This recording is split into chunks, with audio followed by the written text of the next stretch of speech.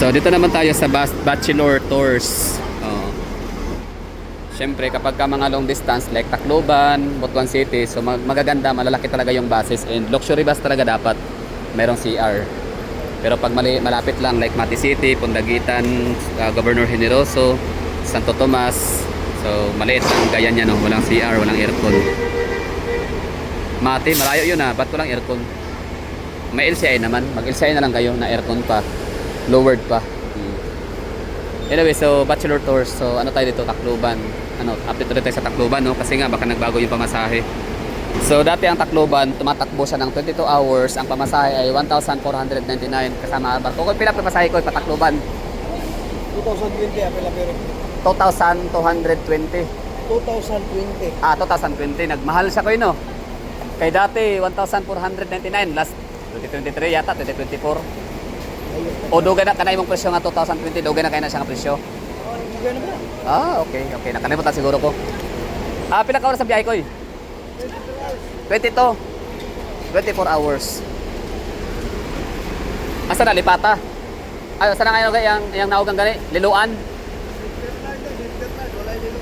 St. Bernard. Ang gatating Liluan wala na? St. Bernard na bago karon. Okay.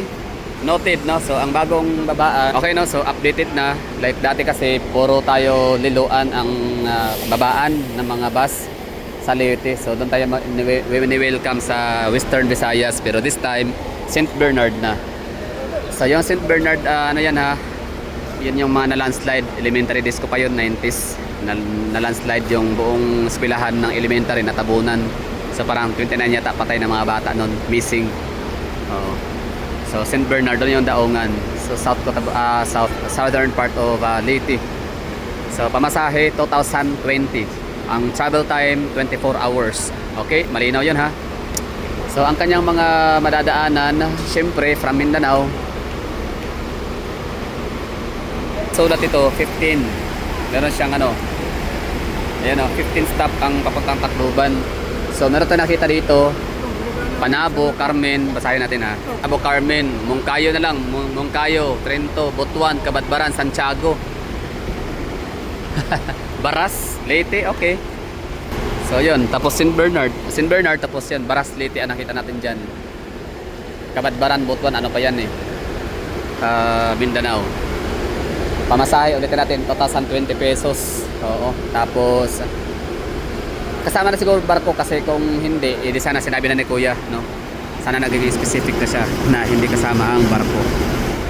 So yun na yun, 2020 kasama ang barko. Pero syempre mamaya pag may chance na si Kuya dito siya busy, tatanong na natin para sure, hindi yung gagawa-gawa tayo ng speculation. So ito naman kabila, Pundagitan, mga agoy. Ay, asa na yun? Wala pa pala Pundagitan, mga agoy lang pala to. Goy, ang barko apil na no? Apil na. So apil na ang barko. Pero wag na kayo magtanong kung anong oras yung mga interval time dito. Basta ang Tacloban City, hindi araw-araw talaga mayroong biyahe. So they have 5 units papuntang Tacloban City araw-araw from Davao City. So magsisimula yung biyahe alas 4 ng umaga. Malinaw yun Alas 4 ng umaga, madaling araw, magsisimula ang biyahe Davao to Tacloban. 5 unit ang aalis. So sabihin natin na every 1 hour. Basta kung malit kayo sa alas 4, meron pa yan susunod alas 5, alas 6, alas 7, alas 8. Basta huwag kayo mag-alala, meron pang susunod right after na malit kayo sa alas 4. Kung hindi nyo maabutan ng first trip, meron pang 4 na susunod na mga unit na pupuntang Tacloban City. Kung meron pa kayong gustong malaman talaga like mga bagahe, pwede na kayong pumunta sa kanilang mga webpage, website, Facebook page, or kung ano man na mga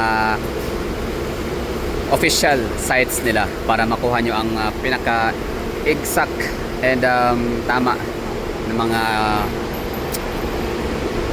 mga tamang information. So syempre wag kayong mag-rely lang sa akin dalawa rin kayo dyan, marunong naman kayong kamay, siguro daliri, pindot kayo ng cellphone pag may time magkano pamasahe para papuntang ganyan. Ibig sabihin, punta kayo sa Facebook, hanapin nyo Bachelor Tours Tacloban, ganun. Facebook page tapos yun, alam ko ang mga taga-series, mga yan sila, active yan sila mag sagot sa kailang mga inquiries.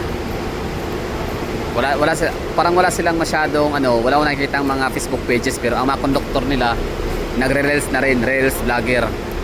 So nanonood rin sila nanonood, nagbabasa sila ng mga comment at nagre-reply sila ng advance or ibig sabihin on the spot or actual. So yan na, Tacloban information. Ulitin natin, alas 4 ang first trip Davao to Tacloban. Tapos meron silang madadaan ng 15 ka lugar. Alas 4 first trip. Merong 5 unit papuntang Tacloban araw-araw. Kung maiwanan sa alas 4, meron pang susunod dyan. Maaaring alas 5, alas 6, alas 7, alas 8. Basta huwag kayo matakot, ulitin ko. Merong susunod na 4 pa. Kasi 5 nga lahat ang babiyahe papuntang Tacloban City. Pamasahe, 2,020. Kasama na ang barko. Saan dadaong? St. Bernard. Yung dating dinadaong nating Liloan, wala na. Tanggal na yun sa sa mapa. Hindi, na siya, wala na siya sa listahan na daongan, no? Ewan ko kung bakit. Sila na nakakaalam dyan. So ulitin ko, alas 2020 pamasahe, first trip alas 4. 5 ang unit babiyahe papuntang Tacloban City araw-araw. Tapos 15 ang designed bus stops, no? Or assigned bus stops. So ang pinakaunang madadaanan from Davao City is ang Panabo City, which is normal kasi siya ang pinakaunang city. And pinakahuling madadaanan sa Mindanao ay ang Kabadbaran, Surigao, siyempre Surigao City sa Lipata, kasi di pa naman yata nailipat wala pang bagong pantalan yata, no? Ang Mindanao, Surigao papuntang Leyte. So I think it's Lipata pa rin, Lipata, Surigao. So sana ay nagustuhan nyo, malinaw yun. So mga bagahe hindi ko na alam talaga yung sasakutin yan. Basta meron yung pamasahe pero hindi ganun kalaki, hindi ganun ka mahal. Meron akong nakita pala one time, ako sumakay ng bus, bachelor tours, papuntang Butuan yung bus sa sinakyan ko, pero ako ibababa lang naman siyempre ng Lanang, Panakan. So somewhere in Buhangin, Buhangin Gym ba yun or sa may NHA Buhangin, no? Merong lalaki na nagpadala siya ng sapatos Nike, maganda yun, branded. Pamasahe niya 500 pesos, ang galing. So pera na yun ng conductor, driver. Anyway, yan lang ang bagahe, ha. So hindi naman ganun kamahalan, sure tayo dyan. So para talaga sa kasiguruhan, para sa sure kayo na amount na mababayaran, meron silang Facebook page, meron silang mga social media pages and sites na doon talaga makukuha ninyo ang tamang sagot na nanggagaling talaga sa kanila. So although kasi itong akin ginawa ko ay tanong lang at nire-relay ko lang sa inyo. So that would be all. Thank you for watching. Ingat sa biyahe, ha. Ulitin ko, pag walang CR ang inyong masasakyan na bus, huwag kayong inom ng tubig. Inom kayo ng tubig, lang, yung para lang pambasa sa lalamunan.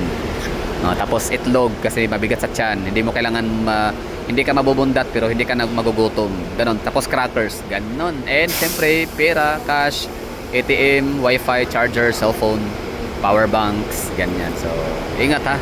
Stay safe, enjoy the trip, and prosperous New Year sa lahat. Papuntang Tacloban. Mag-ingay.